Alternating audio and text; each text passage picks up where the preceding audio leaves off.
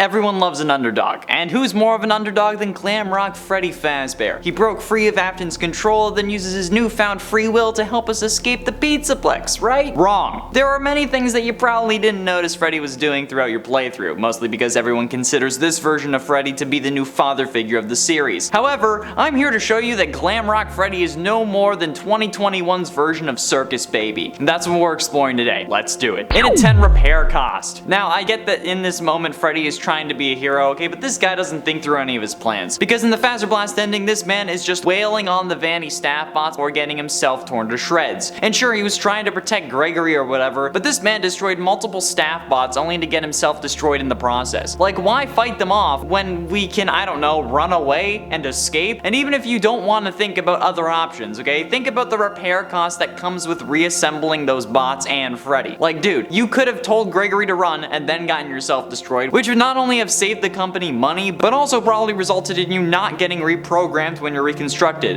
So this time, way to go, buddy. You ruined yourself. You could have been rebuilt the way you were, okay, all protective and whatnot, but instead, now they know that you're violent against anyone who's actually affiliated with the company, so now they're gonna reprogram you. Well done. In at 9, possibly possessed. This is only a possibility, hence why it's at number 9, but there is evidence for it. But whether you believe it or not, okay, Glamrock Freddy being possessed only ends poorly for him. I mean, seriously, if this is Michael inside of Glamrock Freddy somehow, this only makes the character worse because Michael isn't a good person, or rather is only a good person to make himself feel better, and doesn't really do anything all that good throughout the series. The happiest day minigame was seemingly the puppet throwing the party to release the spirits. Fire in FNAF 6 was set by Henry, suggesting that he was also the one who set the FNAF 3 fire. Oh, and Michael? He ended up freeing 5 killer robots from a secret underground storage and testing facility after his psycho serial killer dad asked him to go down there and check it out, after he knew that his father was a serial killer, assuming that this takes place around the same time as FNAF 3, given the burned down Fazbear frights in the end of the sister location final scene, or even just after 1993, which would make sense. So yeah, if Glamrock Freddy is possessed,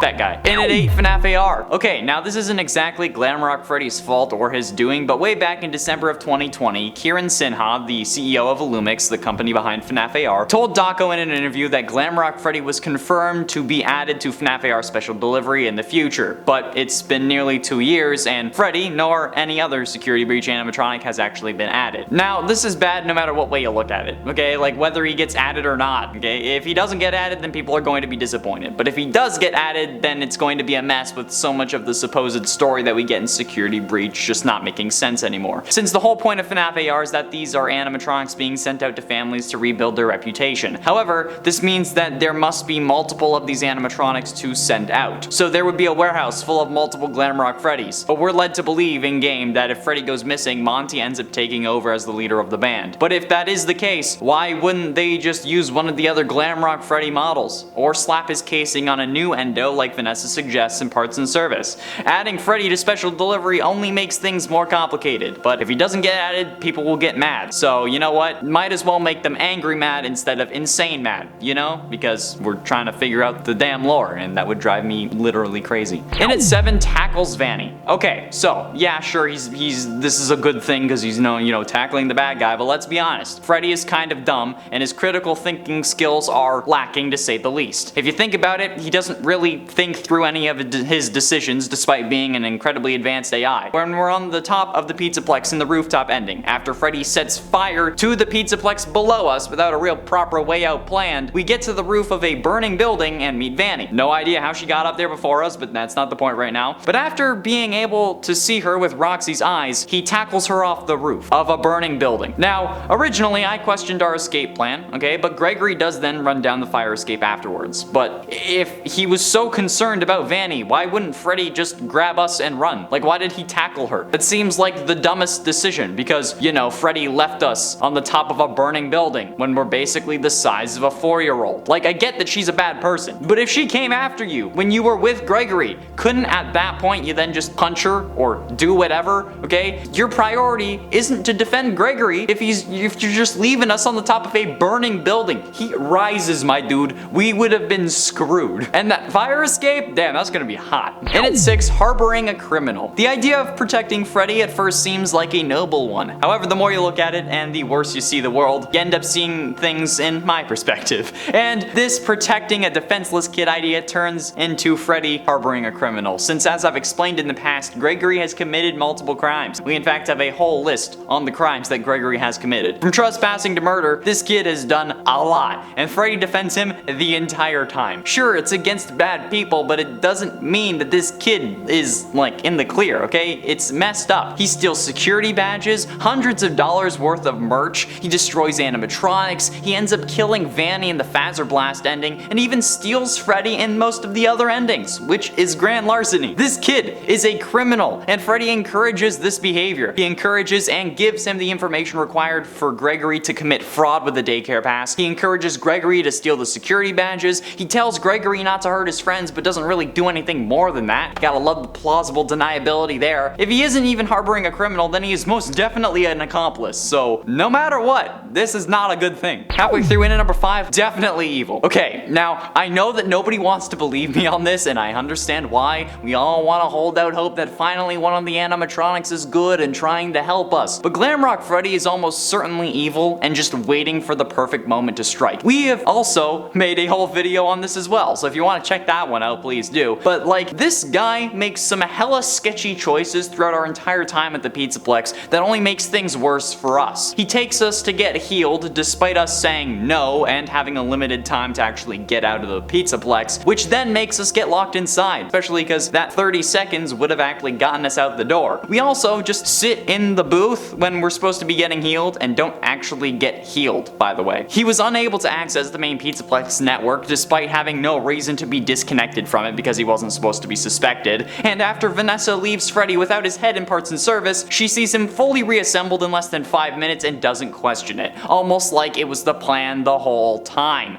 There is literally no other living human in the pizzaplex, okay? Especially at this point. So who else could have put him back together? There are no robots that are doing that because there's precautions to keep humans safe aside from the one in the cylinder, and we don't see any actual staff bots near that area, okay? The only thing that makes sense is that Freddy is secretly evil, and maybe even he doesn't know it, but either way, he's gonna turn on us, okay? I'm calling it. It's gonna happen. In at 4, on your own. Now, given that there are 3 psycho animatronics roaming the pizzaplex, ignoring all laws of robotics and trying to kill humans, why is it that the one animatronic trying to protect us is constantly leaving us, okay? Like, originally, he left us so that he could charge or whatever, but after we get the tutorial and then we can have him like call and we can call him to us, he never needs to recharge again, seemingly. I mean, like, come on, okay? As long as you're not inside of his stomach, he doesn't lose power, which means that this man could be following us the entire time that we do all of these missions, but he doesn't. The game provides some excuses for certain areas, like he can't crawl under the door to El Chips, which is a total lie, because he definitely could, or that if he touches the dance floor, he won't be able to stop himself from grooving. But why doesn't he follow us literally the rest of the time? Okay, it seems stupid to leave this small child on his own when 3 of your friends are trying to kill him. There's also a psycho bunny bitch running around, and a daycare attendant who definitely wants to do disturbing things to him every hour, okay? Why would you leave that kid alone? It's irresponsible and goes against everything we're supposed to believe about this guy, but we just accept it. Getting close to the end, and at number 3, lies. Speaking of the whole needing to recharge thing, where did that BS come from? None of the other animatronics seemingly need to charge every hour, and like I said, he doesn't lose power unless we're piloting him. And then when the hour in game rolls around, we don't get into the recharge station because he needs to charge. We get in to avoid the daycare attendant, okay? It's almost as if they released him so that Freddy getting in the recharge station every hour would make sense despite him not needing to do that. Oh wait, they would only do that if he was evil. And he needs to recharge basically every other minute if we're actually going by in-game time, since the time only moves as you progress through the story. Standing in one place, draining him of all of his power basically means that he loses all of his power in a microsecond in game, which is insane. So, like, what's going on here? What's with the other lies that he's been spitting this whole time? Because it isn't the only thing, and there are so many other suspicious moments in this game that we could do a whole list about how Gregory got lucky just by the sheer stupidity of other characters. Actually, write that down. But ultimately, in at number 2, no warning. Okay, so Freddy can seemingly sense the other animatronics, or at least knows when Gregory is in danger somehow. Not quite sure how that works, but that's not the point I'm trying to make here. What I'm thinking is that if this guy can sense radio waves or connect to the main server whenever he isn't cut off from it for whatever whatever reason. Why didn't he warn us about the blob and how it's a total freak show when we encounter it on our way down to the Afton ending? Okay, I mean, like, the game requires us to be in Freddy at this point, otherwise we get insta-killed by the blob as we pass it. So why isn't Freddy questioning this giant mass of metal, tentacles, animatronic faces, and possibly even souls? Not even the slightest hint about it, especially since at this point he has Roxy's eyes, which allows him to see through walls and spot discs that would be hidden otherwise. So like, where's my warning, bro? Not even a little heads up saying like, oh yeah, we might have to worry about this thing. I can tell that it's at least semi-functional.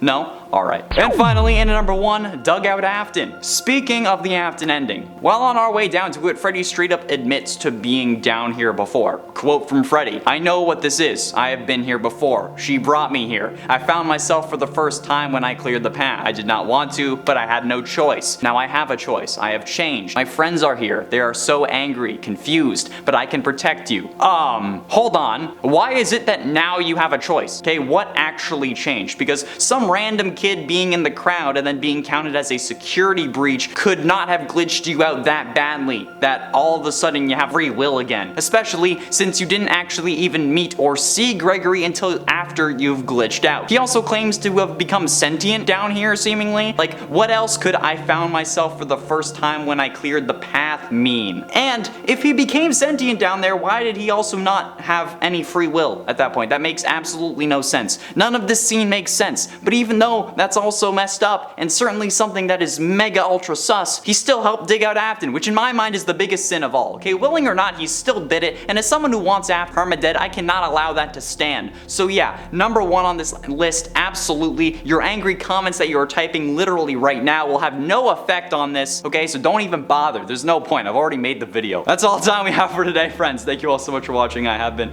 John Monroe, and I'll see you in another video unless Freddy suddenly turns evil and attacks me, which is going to happen. I'm calling it.